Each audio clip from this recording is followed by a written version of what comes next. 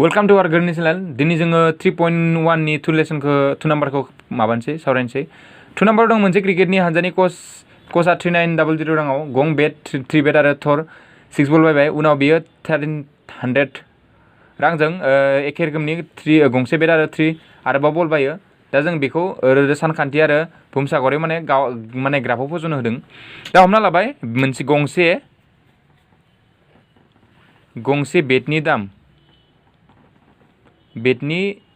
माने बेसेन होनजागोन बा दाम प्राइस होनजागोन आरो बेसेन इक्वल टू एक्स हमबाय आरो मा गंसे बा थरसे बलनि बेसेन इक्वल टू मा हमखो आङो थरसे बलनि बेसेनखौ मा हमखो आङो थरसे बलनि बेसेनखौ मा हमखो आङो वाइ हमबाय दा सोंथि बायदि एकर्डिं टू कुइसन 1 सोंथि बायदि मा होनो 3 बेट आरो थर बल माने 3 बेट माने 3 जों मा खालामनांगोन जोङो 3x आरो प्लास बेसां 6 बल 6y इक्वल टू बेसे जागोन 3900 नैबे जाबाय फार्स्ट इकुवेशन माने मोनथाम बलजों आरो रांजों दाजाबनानै आरो नैनिबो बलनि अनजिमा आरो रांजों मोनसे बलनि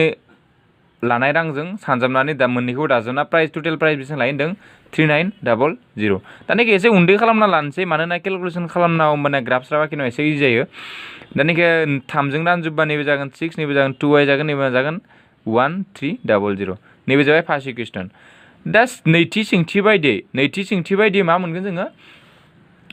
गंसे बेट बायदों आरो मोनथाम बल बायदों दा गंसे बेट माने मोनसेल' बेट बायदों 1 होजागोन 1 खौ जों लिरा प्लास मोनथाम बल 3y इक्वल टू बेसेबां जागोन फैसाया 1300 दा बेखौ मोनबाय दा बेनि उनाव मा खालामनांगौ जोङो नैबे जाबाय जोंना मा होनदों बेखौ मोनबाय जोंना थासारिखौ रोदा सानखान्थि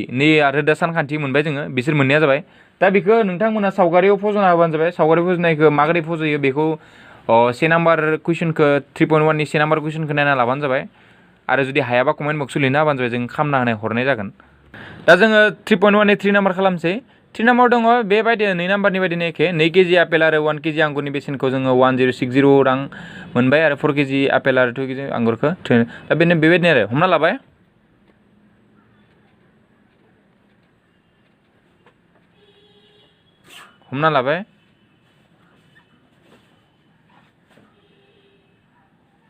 लाबाय से केजि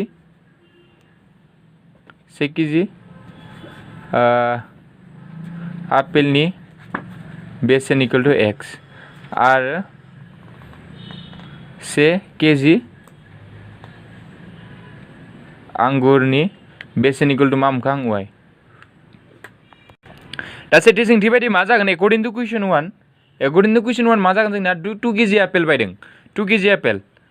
2 आपेलनि प्राइसआ बेसेबां 1 1 केजिनि प्राइसआ एक्स आरो 1 केजि बायदों माबाखौ आंगुरखौ बेसेबां लायो होनदों 160 नैबे जाबाय सेथि माबा हांखो आरो नैथिया मा जागोन एकर्डिं टू कुइसन 2 मा जागोन 4 केजि आपेल बायदों 4 into x प्लास 2 केजि आंगुर 2 into y इक्वल टू बेसे जागोन 300 दा नैखौ जा रानना होनोसै नैजों हायो फिसा खालामनो हाबा फिसा खालामना होबानो जायो मानोना जोङो ग्राफ आखिनायाव एसे सुबिदा जायो दा नै फिसा खालामबा मा जागोन 2x प्लास 2जों रानबाय आरो गासैखौबो नैबे मा जागोन 150 दा आं इसोर मोननैखौ ग्राफाव एसे बाहाय दिन्थिना नै ग्राफाव दिन्थिनांगौबा जों मा खालामोमोन फार्स्टआव नैखिनाखौ खालामना होनसै ग्राफाव दिहुनोबा जों मा खालामोमोन बिन्दोखौ दिहुननांगौ दा नैखिनिफ्राय बे वाइखौ जों लाखिनोसै वाइखौ लाखिना 160 माइनास 2x लांबाय नै मोनसे इकुवेशनखौ जों नैबायदि साजायना लिरबाय बेनिफ्राय नै दा फज'नोसै मानखौ एक्स आरो वाइनि मानखौ माने फज'नानै बिन्दो मोननै मा खालामसै जोङो दिहुनसै दा बिन्दो मोननै दिहुननांगौ दा एक्सनि माना नैथिं जों दानिनि से नाम्बार वाइखौ लांदोंमोन एबार जोङो एक्सखौ लांसै दा नै ओरैबायदि एसे फिसा अनजिमा ला जायखौ जों लाबा जोंना एसे ग्राफाव फज'नो माने एसे सुबिदा जायो दा जों नैयाव जुदि जोङो 50 लाबा नैयाव 50 लानोसै एक्सनि मानखौ 50 लानोसै 50 लाबा मा जागोन नैयाव 100 जागोन होमबाना y इक्वल टू मा जागोन 160 minus 2 into 50 equal to 160 minus 100 equal to बे जागोन 60 दा y नि मानखौ बेसेबां मोनखो जोंना y नि माना जाबाय 60 ओमफ्राय जुदि निउ 60 लाबा मा जागोन निउ दा हमना लाखो x नि मानखौ 60 लानोसै x नि मानखौ 60 लाबा नै मा जागोन 60 माने मा जागोन 120 नै मा जागोन बा 40 नैबे जागोन मोना 40 दा बिन्दोफोरा मा मा मोनखो 50 आरो मोनसेया 60 आरो मोनसेया 60 आरो मोनसेया 40 सरि नैबे 0 दा थिक बिदिनो नैखौबो जों खालामदो नैखौबो बेखौबो बिदि लिरना लानोसै y इक्वल टु मा जागोन 150 माइनास 2x दा बेखौबो बेबायदिनो बिन्दो दिहुनदो मोननैल' बिन्दो दिहुननानै जों ग्राफआव फज'नो हायो होमबाना आंखौ मोनसे बोनो हायो जों मोननै बिन्दोनिफ्राय एटलिस्ट मोननै नांथारगौ आरो माने दा बेनिफ्राय नै थिक बिदिनिफ्राय नैयाव 50 फज'दों 50 फज'बा नैयाव मा जागोन y नि माना जागोन बेसेबां 50 जागोन मानोना नैया y equal to 150 minus 2 into निउ 50 फज'बा मा जागोन 150 माइनास 100 इक्वल बेसे जागोन 50 होमबाना मा जागोन बेबो जोंना 50 जाबाय नैबे 50 दा बेनिफ्राय नैबे जुदि 60 फज'बा x नि मानखौ जुदि 60 फज'बा नैबे जागोन 60 नैबे जागोन 120 होमबा नैबे जागोन बेसेबां नैबे जागोन 30 दा बिनिफ्राय मा मोनखो 50 आरो मोनसेया 50 आरो मोनसेया मा 60 आरो मोनसेया 30 दा बेखौ जोङो ग्राफआव फज'नानै हांखो मोननैखौ इजिलि आखिनो हायो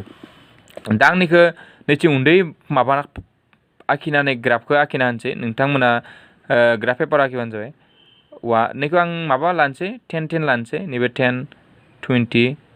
30 40 50 60 नैबे x डेस नै बिदिनो नैथिंबो लानोसै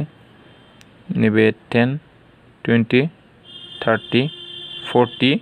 50 60 नै 1 2 लायोबा जोंना एकदम पेपारनि आगोल बारलायलांगोन गतिके मानोना जोंनि बिन्दोफोरा 50 दं 60 दं बेनिखायनो 10 लानो हायो माने सिरिज लालांबानो जाबाय 10 लाबा नै जे 15 लानांगौ बिदि नङा नों 10 लाबा नेक्स्टआव मा लानांगोन जों 20 10 10 बारायलांबाय थानांगोन 5 लाबा 5 5 बारायलांबाय थानांगोन बिदि बारायलांबानो जाबाय दा नै मोनसे बिन्दोखौ बजनसै नै मोनसे मा दं 50 आरो 50 x नि माना 50 y नि माना 60 x नि माना नैयालासे फैबाय बेनिफ्राय y नि माना नैयालासे थांबाय नैथिं फैबाय नैबे फैबाय मा जागोन नैबे जाबाय जोंना बिन्दो मा बिन्दो बियो 50 आरो 60 आरो मोनसे मा दं 60 आरो 40 नैबे 60 फैबाय नैबे 40 थांगोन नैबे जाबाय नैबे नैबे जाबाय बेसेबां 60 आरो 40 दा बिसोर मोननैखौ जों फोनांजाबना होदो नैसोर मोननैखौ फोनांजाबना होदो होमबा नै मोनसे फोनांजाबनानै ओरै स्केलजों बोनो हादो बेनो जाबाय नै मोनसे आंखा नै फार्स्टनि मोनसे आंखा दा नै मोनसेखौ बोनसै दा नै साइडआव लिरना होजागोन आरो हांखोखौ नैखौ बा आंखा 4x + 2y = 300 सरि बे नङा बे नङा दे नै मोनसे हांखोसो फार्स्टनि मोनसे हांखोसो आखिदों बेयाव दों मा जागोन होनबा बे हांखोआ 2x + y = 160 एबार दा नेक्स्ट हांखोखौ आखिलायनोसै नेक्स्ट हांखोआ दङ 50 आरो 50 नैबेबो 50 गोजोना 50 होमबा नेक्स्ट थांगोन नेक्स्ट हांखोआ नैया 50 50 दङ नालाय होमबा नेक्स्टआ मा दङ 60 आरो 30 नैबे 60 थांगोन आरो नैबे 30 थांगोन नोंसिनि होमबा दा मा जागोन नैखौ ओरै बोनो हादो नैबे बोदो ओरै दे